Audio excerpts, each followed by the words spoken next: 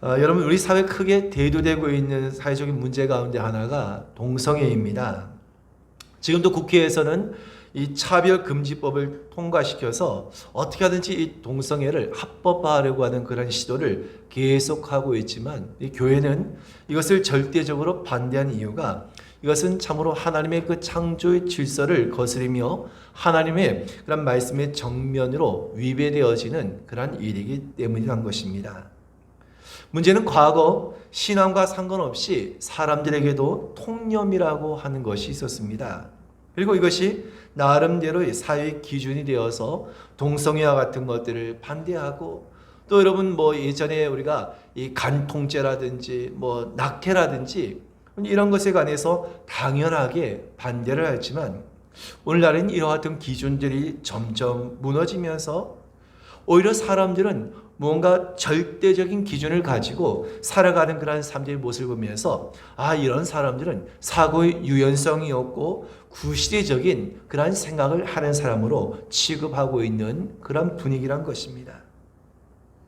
하지만 여러분, 이와 같이 점점 인간에게서 절대적인 그 기준의 가치를 잃어버리고 살아가는 이 시대의 모습은 마치 과거 이스라엘 백성들이 하나님의 그 심판 가운데 멸망을 받을 수밖에 없었던 그 시대적인 상황을 그대로 보여주고 있다라고도 할 수 있다는 것입니다.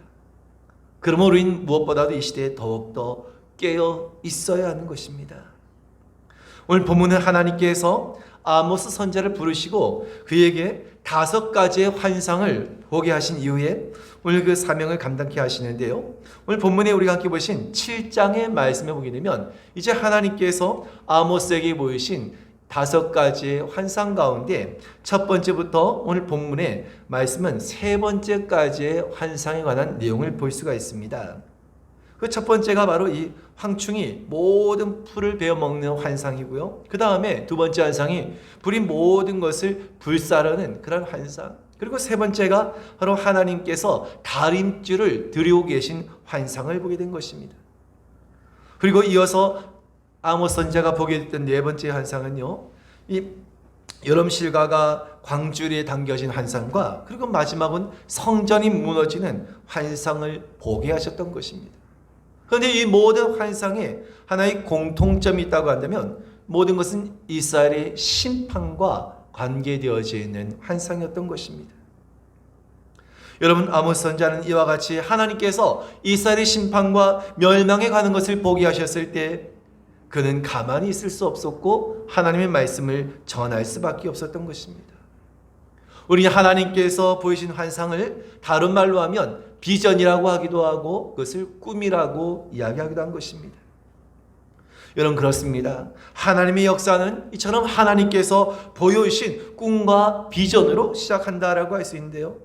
중요한 것은 이와 같이 하나님께서 보이신 그 꿈과 비전을 경험한 자는 결코 그것을 보고 그것을 경험하고 난 자는 결코 잠잠하게 있을 수가 없다는 사실인 것입니다.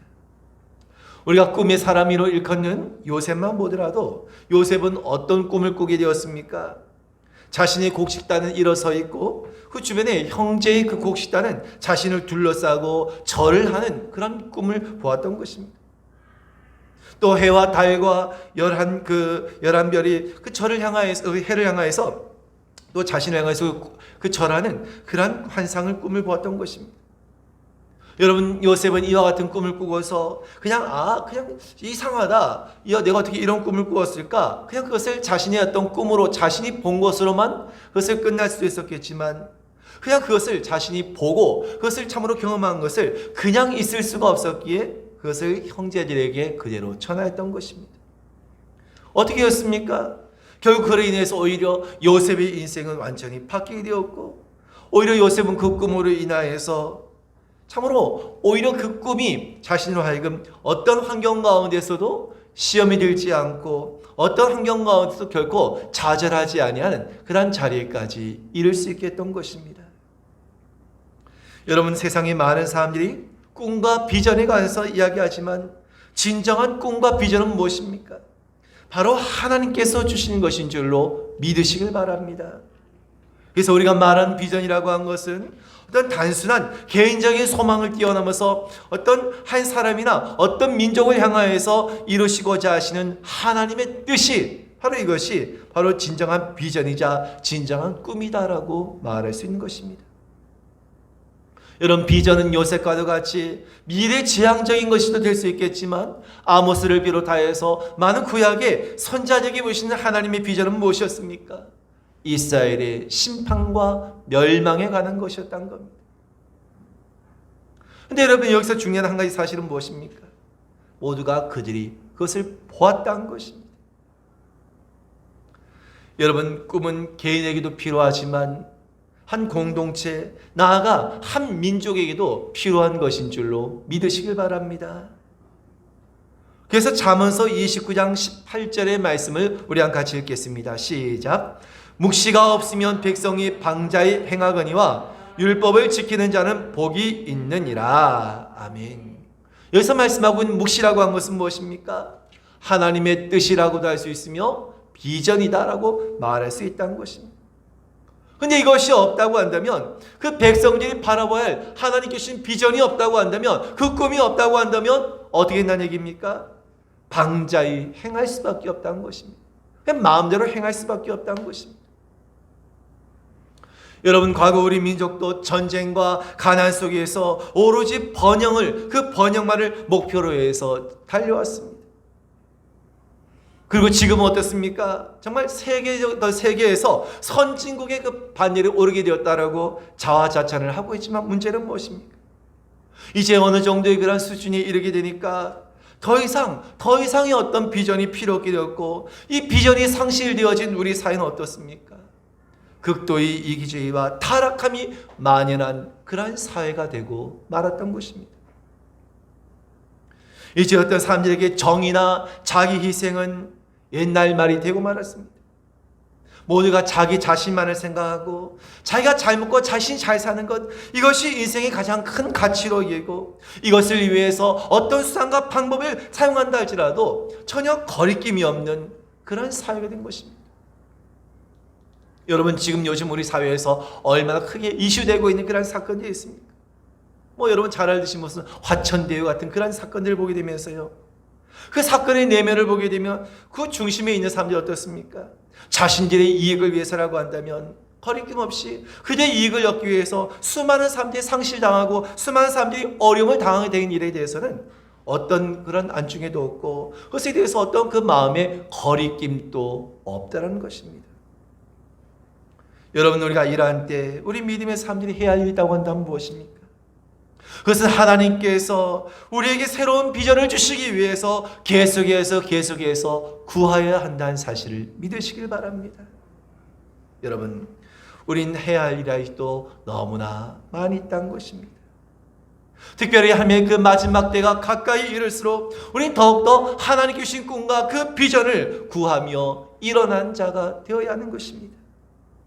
아무리 지금 코로나 시대에 우리의 코로나가 우리의 발목을 붙잡고 있다 할지라도 우리는 그럼에도 불구하고 하나님께 주신 꿈과 비전을 구하는 자리 되어야 하는 것입니다. 그리고 하나님께서 우리에게 맡기신 각자의 사명을 더욱더 온전히 감당해야 될 때인 줄로 믿으시기를 주님의 이름으로 축원드립니다. 우리 오늘 함께 보신 아모스 7장의 말씀에는 아모스가 보았던 세 가지의 환상이 언급되고 있습니다. 근데 첫 번째와 두 번째의 환상을 보면 모두가 자연재해와 관련된 환상이었다라고 할 수 있습니다. 그 첫 번째가 바로 이 메뚜기 떼의 공격인데요, 오늘 본문의 1절의 말씀을 먼저 함께 보시겠습니다. 시작. 주 여호와께서 내게 보이신 것이 이러하니라.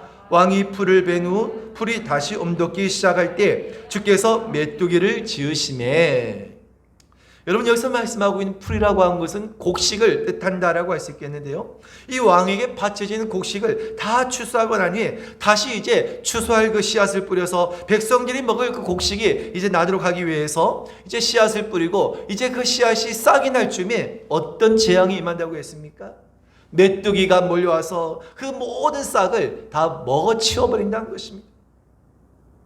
여러분, 우리는 메뚜기 떼가 얼마나 두려운 것인지, 메뚜기 그냥 구워 먹고 다 그냥 메뚜기 그냥 좋은 거 아니야, 그렇게 생각할지 모르지만 중동이라든지 아프리카 지역의 사람들에게요, 메뚜기 떼라고 하는 것은 말 그대로 공포의 대상이라는 것입니다. 모든 식물을 하나도 남김없이 다 먹어치우는 대단히 두려운 존재인 것입니다. 아모스는 메뚜기 떼의 재앙을 보면서 이스라엘이 너무나 미약하여서 견딜 수 없느라고 하나님께 오늘 그 재앙을 돌이키시기를 간구하였을 때, 하나님께서는 그 아모스의 간구를 통하여서 재앙을 거두실 것을 말씀하셨던 것입니다. 그리고 이어서 하나님께서 아모스에게 보셨던 두 번째 환상은 어떤 내용이었습니까? 4절의 말씀을 같이 읽겠습니다. 시작. 주 여호와께서 또 내게 보이신 것이 이러하니라. 주 여호와께서 명령하여 불로 징벌하게 하시니 불이 큰 바다를 삼키고 육지까지 먹으려 하는지라. 여러분, 이 불의 환상은 어떤 내용이었습니까? 그 불이 얼마나 맹렬한지 깊은 바닷물까지 다 말려버리고 그 육지를 삼킬 정도였다고 했습니다. 근데 이 불은 무엇을 이야기한 것이냐? 실제로 불을 의미한 것이 아니라 기근을 뜻하는 것이다 라고 할 수 있다는 것입니다. 극심한 가뭄을 통하여서 이 이스라엘 백성이 당할 그 고통의 날을 보면서 다시금 아모스 선지자가 하나님을 향하여서 이 백성들이 너무나 미약하여서 하나님 도저히 견딜 수 없습니다, 이렇게 간구했을 때 하나님께서는 그 재앙도 역시 거두어 주실 것을 말씀했던 것입니다. 여러분, 이것을 보게 되면 아무리 하나님께서 한번 결정하신 것이라 할지라도 하나님께서는 그 기도한 자를 통하여서, 그 의로운 자를 통하여서 다시금 그 뜻을 돌이키시며 다시금 기회를 주시는 분이라는 것을 알 수 있게 하라는 것입니다. 그렇습니다, 여러분. 아무리 하나님께서 심판을 계획하셨다 할지라도, 아무리 하나님께서 멸망을 계획하셨다 할지라도, 우리 믿는 자들이 정말 진정으로 다시금 회개하고 그 마음을 돌이키고 다시금 하나님께서 오늘 그 마음을 돌이키시기를 간구하며 기도할 때, 하나님께서는 믿는 자의 그 간구함과 부르심을 결코 외면하지 않는 분이라는 사실을 믿으시길 바랍니다. 그래서 우리 믿는 자들이 해야 될 일이 무엇입니까? 이 시대를 향하여서 하나님의 그 진노의 오늘 그 심판이 임박한 이 날을 살아가면서도 우리 믿음의 사람들은 이 땅을 중보하며 하나님의 그 진노와 심판이 이 땅 가운데 임하지 않게 해달라고, 하나님의 그 진노를 돌이키게 해달라고 우리는 마땅히 기도해야 한다는 것입니다. 히스기야가 병들어서 하나님께서 내가 더 이상 살지 못하고 죽게 될 것이라고 명하셨을 때 히스기야는 무엇을 하였습니까? 낯을 벽으로 향하면서 그런 참으로 통곡하면서 하나님 앞에 간구하며 자신의 죄를 자복하며 기도했을 때, 하나님께서는 그를 병들어 죽게 하려고 하셨지만 다시금 그의 생명을 15년이라는 시간을 연장시켜 주셨던 것입니다. 뿐만 아니라 여러분, 하나님께서 니느웨가 40일 후면은 멸망할 것이라고 하시면서 요나에게 그 회개의 말씀을 선포할 것을 명하였을 때 어떤 일이 나게 됐습니까? 하나님께서 니느웨를 멸망시키려 작정하셨지만 이 요나를 통하여서 회개의 그 말씀을 들었던 니느웨 사람들이 모두가 하나님 앞에 자복하며 자신들의 그 죄를 회개하였을 때 하나님께서는 니느웨를 향한 그 심판을 돌이키셨다라고 말씀하고 있는 것입니다. 여러분, 이것이 의미한 바가 무엇이겠습니까? 하나님께서 선지자를 통하여서 아모스를 통하여서 보이시는 심판에 대한 그 꿈도 그 비전도 결국 하나님께서 이를 보게 하심을 통하여서 원하신 뜻이 무엇이라는 것입니까? 하나님은 심판이 목적이 아니라 우리가 진정으로 회개하고 우리가 진정으로 그 마음을 돌이킨 데 있다라고 하는 사실을 우리에게 보이시기 위함인 줄로 믿으시길 바랍니다.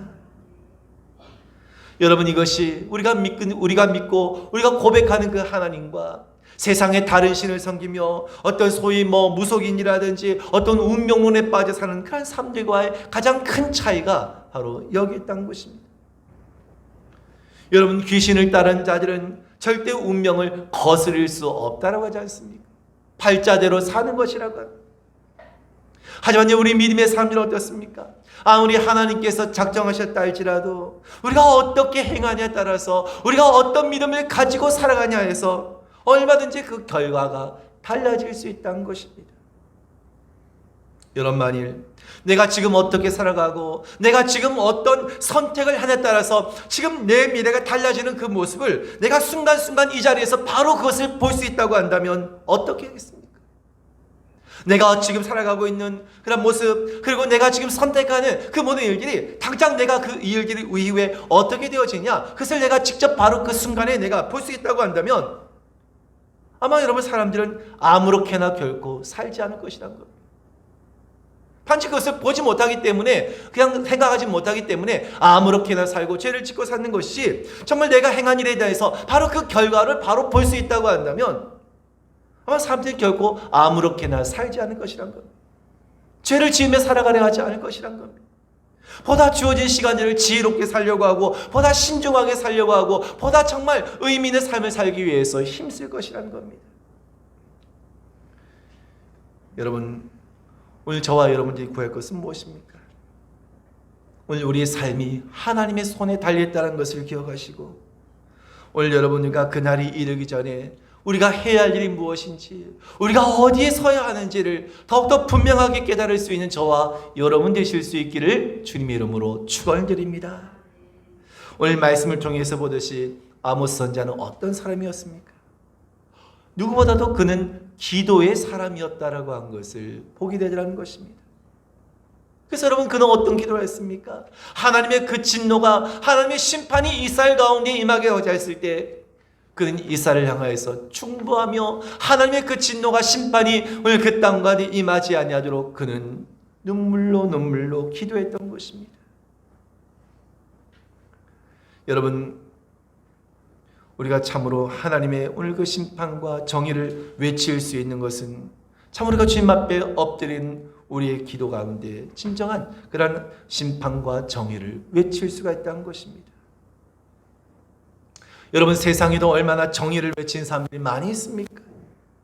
정치가들도 사상가들도 운동가들도 모두가 사실은 다 자신들이 정의로운 척 얼마나 정의를 외치고 있습니까?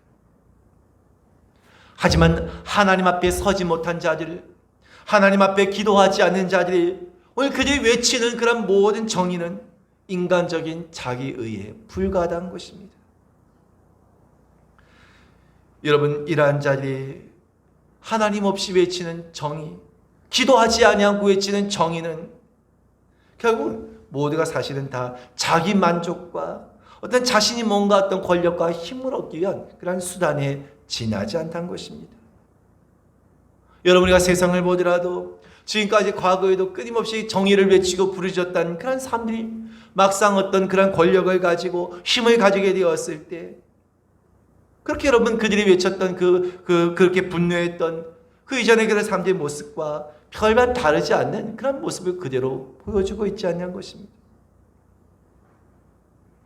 여러분, 우리 믿음의 사람들에게도 마찬가지인 것입니다.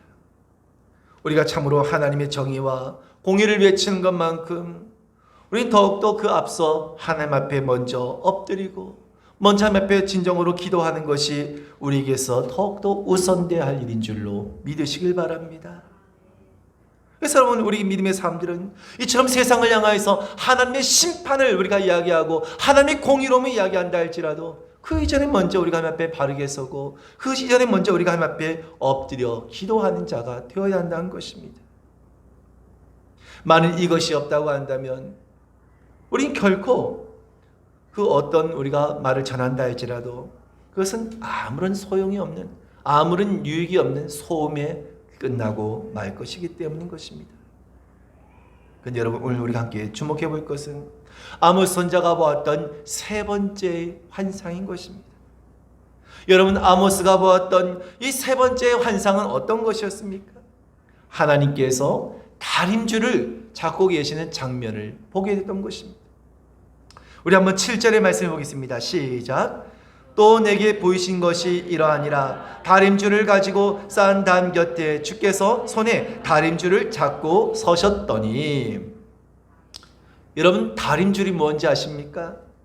다림줄이라고 한 것은요, 이전에 어떤 그 담을 쌓거나 건물을 세우자 할 때 그 담을 쌓기 위해서 수직을 바르게 잡아주는 그런 도구가 바로 다림줄입니다. 그래서요, 이 먹통 같은 데 실을 담고 끝에다 추를 달아가지고요, 높은 곳에서 그 추를 떨어뜨리면 어떻게 됐습니까? 반듯하게 추가 떨어지면서 편편하게 그 수직을 이룬 그 각을 잡아주게 되는 것입니다. 그래서요, 이 다림줄을 딱 잡고 그래서 그 다림질을 잡고 대개는 벽을 쌓거나 건물을 지을 때 예전에는 가장 이와 같은 것을 기본으로 시작했다는 겁니다. 뭐 요즘엔 다림질을 안 쓰고 여러분 혹시 모르겠는데요, 레이저 수평기라고 해서 요즘엔 딱 이게 불만 켜면요 불이 쫙 레이저가 퍼져가지고 그냥 이게 탁 모든 것 다 수평 수직이 딱 이렇게 잡아주는 거 보면 참 요즘에 얼마나 편리한 그런 시대인지 모릅니다. 근데 과거에는요 불과 몇십 년 전만 하더라도 다 이와 같이 다림줄을 다 썼다는 겁니다.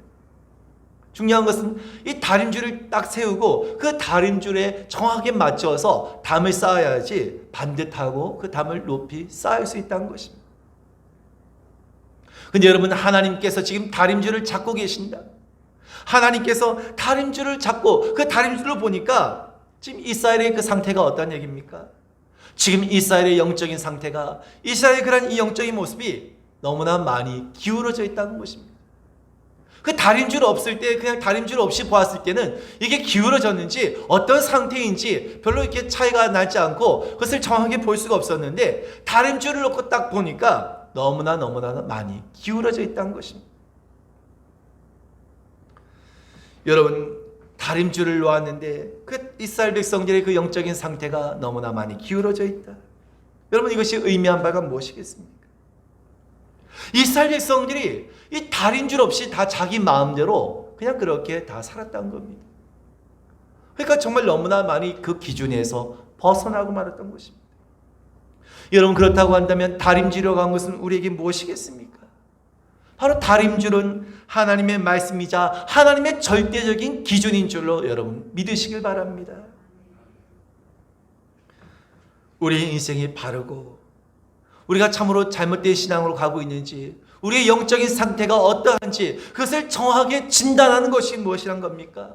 바로 하나님의 다림줄이라는 것입니다. 말씀의 다림줄인 것입니다. 여러분, 그렇습니다. 우리의 신앙의 기준은 다른 사람들의 어떤 평가나 다른 사람들의 어떤 말이나 그의 생각이 결코 우리에게 기준이 될 수 없다는 사실을 믿으시길 바랍니다. 그런데 우리는 어떻습니까? 다른 사람의 어떤 평가가 혹시 여러분 우리의 신앙의 어떤 기준이 되어 있지는 않습니까? 내 어떤 생각이 어떤 여러분 내 신앙의 어떤 기준이 되어져 있지 않습니까? 이러한 여러분 기준들은 결코 우리가 반듯하게 우리의 그 신앙을 쌓아나갈 수가 없다는 것입니다. 여러분, 우리 믿음의 사람들은 항상 하나님의 다림줄에 우리의 삶과 우리의 신앙이 바르게 세워져야 될 줄로 믿으시길 바랍니다. 내 어떤 인간적인 경험이라든지 어떤 내 인간적인 어떤 감각에, 내 어떤 감정에 그것을 두어서도 결코 안 된다는 것입니다. 여러분, 우리의 눈은요 너무나 우리를 속이기 쉽다라는 것입니다. 우리의 눈은 너무나 우리를 착각하게 만들다는 것입니다. 여러분, 남자들은 군대에 가면 이런저런 많은 경험을 하게 되는데요, 저도 이 군생활을 하면서 그런 경험을 한 적이 있습니다. 이 군대에서 이 창고를 보수 공사를 하는데요, 이 창고의 보수 공사를 위해서 벽돌을 이렇게 쌓아 나가는데 그냥 이렇게 대충 그냥 별로 해본 경험이 없으니까 눈대중으로 해서 대충 이렇게 이 벽을 쌓아 나간대요.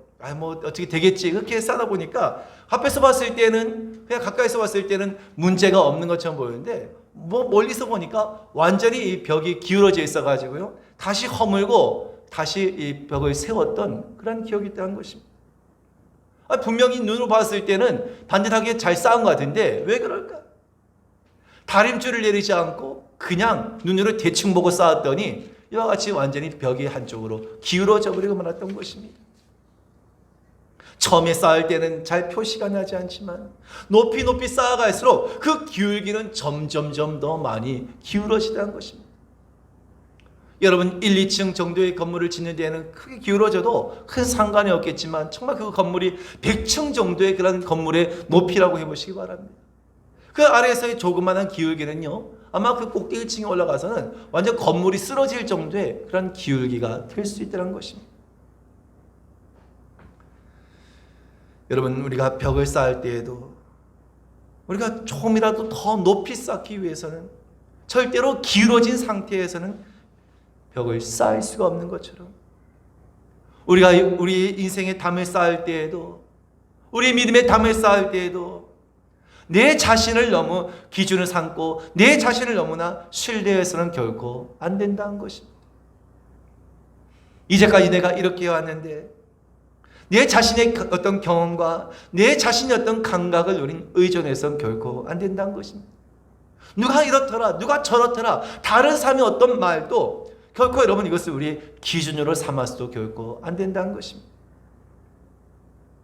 여러분, 우리 눈이라고 한 것이 정말 내 욕심이나 내 약함 때문에 잘못된 것을 보게 할 때가 얼마나 많이 있습니까? 또 내가 보고 싶은 것들만 내가 보게 하는 그런 일들이 얼마나 많이 있습니까? 그러면 우리가 하나님의 말씀에 순종한다고 한 것은 무엇입니까?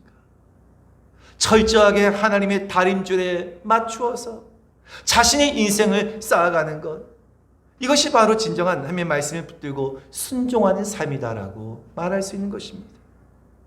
그래서 우리는 항상 늘 말씀의 다림줄을 나에게 드리우고, 혹시 이 다림줄에서 내가 삐져나온 것이 있지 않는가, 좀 더 기울어져 있는 것이 뭔가, 항상 이것을 살피고 우리가 다시 한번 삐져나온 것은 다시 집어넣고 기울어진 것은 항상 다시금 바르게 세우고, 이와 같은 일들을 우리는 늘 반복해가며 나아가야 한다는 것입니다. 이런 거 없이 그냥 우리가 한쪽으로 기울기 시작하면 그때는 이제 정말 너무나 걷잡을 수 없을 정도로 기울어서 완전히 무너져버린 그러한 일들이 일어날 수밖에 없는 것입니다. 여러분, 비행기를 조종하는 파일럿이요, 야간 비행을 하거나 혹은 회전 비행을 하다 보면 감각이 이상이 생겨서 한순간에 어디가 땅이고 어디가 하늘인지 분간할 수 없는 그런 상황이 놓인다고 합니다. 그래서 내가 분명히 상승한다고 해서 조종할 당겼는데 오히려 그것이 그냥 하강이 되어서 그냥 그대로 비행기가 추락하는 그런 일들이 간혹 일어난다고 하는데요, 이와 같은 이 조종사들 항상 이와 같은 비행 착각을 항상 조심해야 한다는 것입니다. 그냥 눈으로 보고 자신의 감각만 느끼고 절대 조종을 해서는 안 된다는 겁니다. 그래서 항상 파일럿이 해야 될 일이 무엇인가 하면요, 지금 자신의 어떤 시야로 보이는 것이 아니라 항상 계기판을 보고 지금 비행기가 어느 쪽을 향하고 있는가, 지금 어느 방향을 하고 있는가, 이것을 항상 확인하고 또 확인해야 한다는 것입니다. 여러분, 우리 신앙도 하나님의 기준에 세워져야지, 그렇지 않는다고 한다면 한순간에 무너질 수밖에 없다는 것입니다. 내 신앙의 경험이나 연수가 중요한 것이 아닌 것입니다. 하나님의 다림줄 가운데서 바르게 세우지 아니하면 무너지는 것은 한순간이라는 것입니다. 여러분, 우리가 기독교를 흔히 말씀의 종교라고 한 이유도 바로 여기에 있는 것입니다. 다른 어떤 사람들의 가르침이 아니라 말씀을 우리의 신앙의 기준을 삼고 늘 그 하나님의 뜻을 구하는 것이 우리의 믿음의 본질이기 때문인 것입니다.